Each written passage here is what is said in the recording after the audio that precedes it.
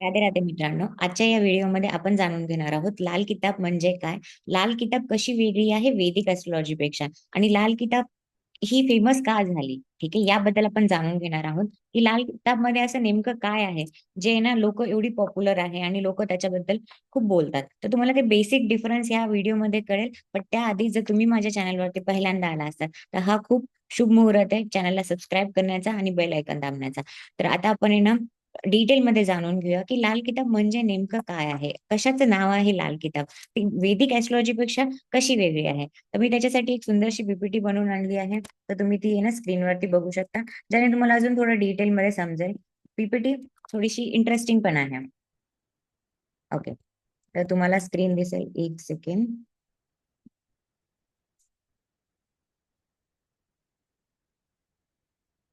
Okay, तर आता तुम्हाला माझी स्क्रीन दिसतच असेल. तर तुम्ही जसं स्क्रीनवरती बघत असाल, जसं तुम्हाला आता माझ्या स्क्रीनवरती दिसतंय की लाल किताब म्हणजे काय नेमकं. ठीक आहे, त्याबद्दल आहे ना इंग्लिशमध्ये लिहिलंय, बट डोंट वरी, मी तुम्हाला मराठीमध्ये एक्सप्लेन करेल. ठीक आहे, तर लाल किताब ही उर्दू मध्ये लिहिली गेली. ठीक आहे, पंडित रूपचंद जोशी यांनी लिहिली आहे पंजाबमध्ये, आणि तो जे पंजाब होतं ना ते पाकिस्तानमध्ये येत होतं. त्या टाइमला पार्टिशन झालं नव्हतं. तर त्याआधी ते पंजाब म्हणजे ना तिकडे उर्दू लँग्वेज चालायची त्या पंजाबमध्ये. तर मग त्यांनी पण उर्दूमध्ये लिहिली आहे. ठीक आहे, तर हिची जी फर्स्ट कॉपी आहे ना ती उर्दूमध्येच आहे. ठीक आहे, मराठीमध्ये त्याचं आहे ना ट्रान्सलेशन झाले, पण मला मराठीमध्ये एवढं इफेक्टिव्ह बुक तर नाही मिळालं. आणि ती जी लँग्वेज आहे ना ती अशी एकदम डायरेक्ट नाही आहे. ठीक आहे, म्हणजे तुम्हाला थोडंसं ना डिकोड करावं लागेल. तर ते आपण नंतर त्याच्याबद्दल डिस्कस करू. बट आता हे ना यांनी ही बनवली का आणि नेमकं ह्याच्यामध्ये काय आहे आपण ते समजून घेऊया. बघा, जी लाल किताब आहे ना तर त्याच्यामध्ये त्यांनी काय केलं, प्लॅनेट बेस्ड प्रेडिक्शन केले. म्हणजे जर तुमचा प्लॅनेट 5व्या घरामध्ये असेल, 10व्या घरामध्ये असेल, तर तुम्हाला कसे रिझल्ट मिळतात. जर तुमचा 8व्या घरामध्ये राहू आहे तर तुमच्या लाईफमध्ये कसा इम्पॅक्ट होतो. आणि जसं 8वं घर तुमच्या सासरच्यांचं आहे तर तुमचे सासरचे कसे आहेत याच्याबद्दल सांगितलं जातं. 10व्या घरामध्ये कोणता प्लॅनेट आला तर 10वं घर जे आहे ते कर्माचं आहे, तुमच्या वर्क प्लेसचं आहे. तर तिथे जर कोणता प्लॅनेट आला तर मग तिथं तुम्हाला कसे रिझल्ट मिळतो त्याबद्दल सांगितलं गेलं आहे. आणि या अशीच आहे ना फक्त सिंपल रूल आहे. ठीक आहे, ऑलरेडी प्रिडिक्शन लिहिलेली आहे. ठीक आहे, जर राहू थर्ड हाऊस मध्ये असेल तर तुमचे सासरचे थोडे इन्फ्लुएन्शियल असतील आणि हा- तुम्ही हार्डवर्किंग असतात, हार्डवर्कनी लाईफमध्ये बऱ्याचशा गोष्टी अचीव्ह करतात. हे सगळं प्रिडिक्शन लिहिलेलं आहे. ठीक आहे, त्याच्यामध्ये म्हणजे बेसिकली तुमची जी वैदिक ऍस्ट्रॉलॉजी आहे ना तर त्याच्यामध्ये कसं सगळे लिहिले राशी आहेत, तुमचे प्लॅनेट आहेत आणि तुमचे घर आहे, मग प्रिडिक्शन होते. बट लाल किताबमध्ये तसं नाहीये. ठीक आहे, लाल किताबमध्ये बेसिकली काय, तुमचे फक्त प्लॅनेट आहे आणि ते घर आहे. प्लॅनेट या घरामध्ये बसला तर तुमच्यासोबत हे होईल. ठीक आहे, आणि जे लाल किताब आहे ना ते कर्मा बेस जास्त दिलेलं आहे. तुमचा कर्माबद्दल जास्त सांगितलंय. आणि लाल किताबच्या जे रेमेडी आहेत ना ते होम बेस्ड रेमेडी आहेत, जे डे टू डे लाईफ मध्ये आपण ते युज पण करतो. अशा प्रकारे त्याच्या रेमेडी आहेत. तर लाल किताब बेसिकली याच्यामध्ये हे आहे.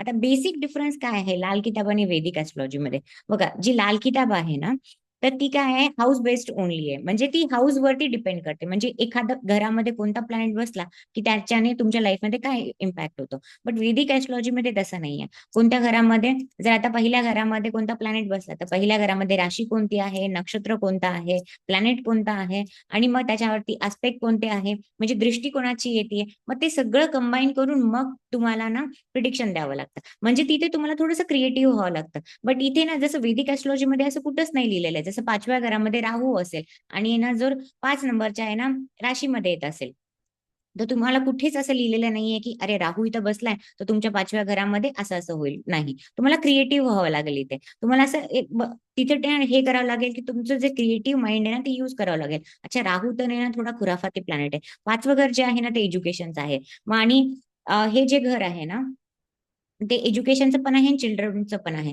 तर यांचा जो मुलगा असेल ना, म्हणजे यांचा मुलगा मुलगी दोन्ही पण घेऊ शकता, कन्सिडर करू शकता. यांचे जे लेकरं आहेत ना ते थोडेसे ना खुराफाती डोक्याचे आहेत. म्हणजे त्यांच्याकडे ना 101 तरीके आहेत ना आपल्या टीचरला परेशान करण्याचे.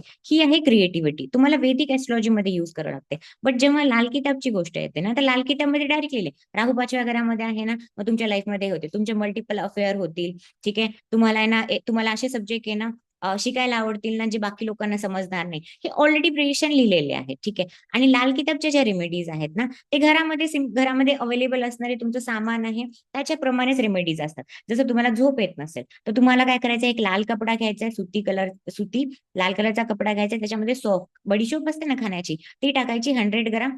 80 ते 100 ग्राम टाकू शकता.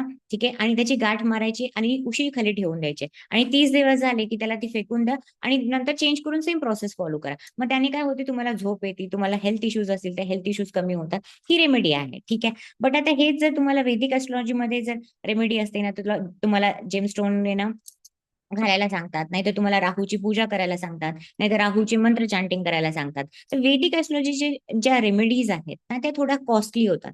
ठीक आहे. जे बाकीचे जे नॉर्मल लोक आहेत, ठीक आहे, त्यांच्यासाठी सगळ्यांसाठी आता सगळेजण जेमस्टोन घालू शकत नाही, सगळेजण अफोर्ड नाही करू शकत. मग त्यासाठी त्यांनी काय केलं, अशा रेमेडीज ना, पंडित रूपचंद जोशी यांना असं वाटलं की जे नॉर्मल लोक आहेत ना, ते सगळेजण अफोर्ड नाही करू शकत. सगळ्यांसाठी जेमस्टोन नाही आहेत, सगळ्यांसाठी असे रुद्राक्ष वगैरे नाही बनलेले आहेत. सगळेजण पूजा नाही करू शकत. पूजा करायची म्हटली ना, एखादी शांती पूजा, तर तुम्हाला कमीत कमी 30 ते 40,000 रुपये खर्च करावेच लागतात. आणि जे जेमस्टोन आहे त्याच्यामध्ये पण तुम्ही 30-40 हजाराच्या खाली जर जेमस्टोन घालत असताना ते वर्कच नाही करत. आणि नॅचरल जेमस्टोन आहे तेच काम करतात. मग प्रत्येक जण तर तेवढा अफोर्ड नाही करू शकत. मग त्याच्यासाठी लाल किताब एक तुमच्यासाठी प्रिफरेबल ऑप्शन आहे. मग तिथं तुम्ही ना रेमेडीज करू शकता, छोट्या छोट्या रेमेडीज. ठीक आहे. अंघोळीच्या पाण्यामध्ये हे टाका, जसं व्हीनस खराब होतोय तर अंघोळीच्या पाण्यामध्ये दूध टाका, कट टाका, असं म्हटलं जातं. ठीक आहे. तर हे छोट्या छोट्या रेमेडीज आहेत. ठीक आहे. आणि इव्हन आहे ना, फ्लेक्झिबल आहे. ठीक आहे. तुम्ही कोणी पण करू शकता. ठीक आहे. आणि नॉर्मल तुम्हाला चेंजेस आहे, डोनेशन करायचा. जर तुमचा मर्क्युरी खराब होत असेल तर तुम्ही काय करा, जी अनपढ मुली आहेत, ठीक आहे, ज्या आहेत ना, एज्युकेशन स्पॉन्सर कर, म्हणजे एज्युकेशन घेऊ शकत नाही, त्यांना एज्युकेशन स्पॉन्सर करा, की आता त्यांना स्टेशनरी आयटम द्या. ही रेमेडी आहे. ठीक आहे. म्हणजे आणि ही किती छान पण आहे की तुम्ही दुसऱ्यांची हेल्प करताय. तर डोनेशनचे मॅक्सिमम रेमेडीज आहेत, घरगुती रेमेडीज आहेत. तर अशा प्रकारे लाल किताब आणि वैदिक ॲस्ट्रॉलॉजीमध्ये डिफरन्स आहे.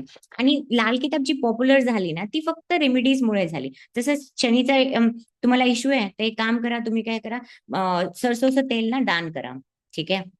राहूचा इश्यू आहे, तर सिल्वर बॉल आहे ना पॉकेटमध्ये ठेवा. जर राहू सेकंड हाऊस मध्ये असेल ना, तर तुम्हाला मनी प्रॉब्लेम्स येतो, फायनान्शियल लॉस होतो, फायनान्शियल आहे ना इन्स्टॅबिलिटी क्रिएट होते. तर काय म्हणतात, एक सिल्वरचा आहे ना बॉल ठेवा पॉकेटमध्ये. मग तुमचा हा राहू तुम्हाला परेशान नाही करणार. लग्नामध्ये जर डिले होत असेल तर तुम्ही काय करा, काळ्या गाईला आहे ना चारा चारा चाला. ठीक आहे, चारा द्या.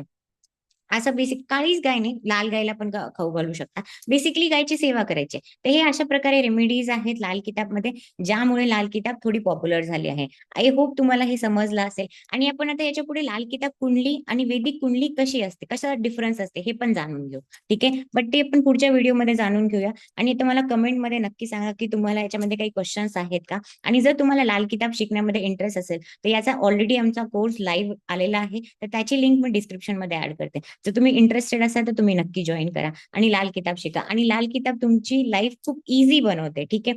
इव्हन त्याच्यामध्ये काय होतं की लाल किताब आहे ना, ह्याच्यामध्ये म्हणजे वर्षफळ असतं. म्हणजे एक वर्षाची कुंडली बनते आणि 1 वर्षामध्ये तुमच्यासोबत काय होणार आहे, कोणत्या गोष्टी होणार आहेत, ते कळतं तुम्हाला. आणि त्याच्यानुसार तुम्ही रेमेडीज करू शकता. आणि रेमेडी खूप सिंपल आहे, जसं मी आता सांगितलं, एकदम घरगुती उपाय असतात. आणि तुम्ही तुमच्या हिशोबाने, जो प्लॅनेट तुम्हाला परेशान करतोय, जो तुम्हाला तुमच्या पर्टिक्युलर एरियामध्ये म्हणजे करिअरमध्ये करतोय, फायनान्समध्ये करतोय, नाही तर तुमच्या लग्नामध्ये करतोय, तर तो प्लॅनेट बद्दल तुम्ही रेमेडी करू शकता. त्या ग्रहाला तुम्ही शांत करू शकता, जास्त खर्च न करता. तर लाल किताब खूप इझी आहे शिकण्यासाठी, ज्याच्यामध्ये, आणि लाल किताबमध्ये ना कालपुरुष कुंडली बनते. ठीक आहे. म्हणजे आता कालपुरुष कुंडली म्हणजे काय, जी पहिल्यांदा कुंडली बनली होती ना, त्याला कालपुरुष कुंडली असं म्हणतात. जी 1 पासून स्टार्ट होते, 1, 2, 3, 4, 5 असं करून 1 नंबर पासून आहे ना 12 नंबर पर्यंत चालू होते. एक म्हणजे मेष लग्न कुंडली, ज्याला पहिली कुंडली, कालपुरुष कुंडली असं म्हटलं जातं. आणि सगळ्यांची लाल किताब कुंडली सेम असते. फक्त डिफरन्स काय असतो, तुमचा प्लॅनेट जो आहे ना, ते ना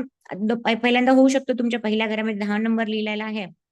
आणि जेव्हा तुमची लाल किताब कुंडली बनते, तेव्हा तिथे 1 नंबर लिहिला असेल आणि पहिल्या घरातला प्लॅनेट त्याच घरामध्ये सेम येतो. आता ते कसं होतं प्रॅक्टिकली आपण पुढच्या व्हिडिओमध्ये नक्की पाहू. ठीक आहे. चल भेटूया मग पुढच्या व्हिडिओमध्ये. तोपर्यंत राधे राधे.